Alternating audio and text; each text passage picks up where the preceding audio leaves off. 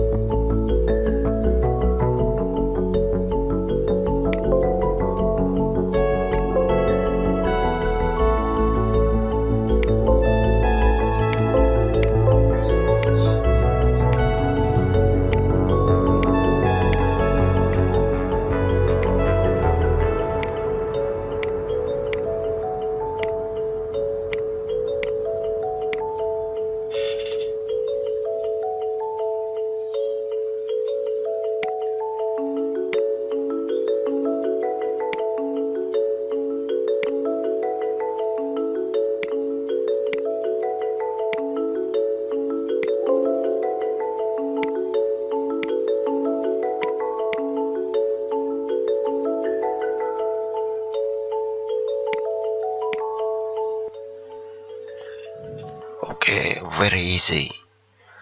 So this video to the end here. If you feel this my video is helpful, you can click subscribe and like, share, comment. Thank you so much.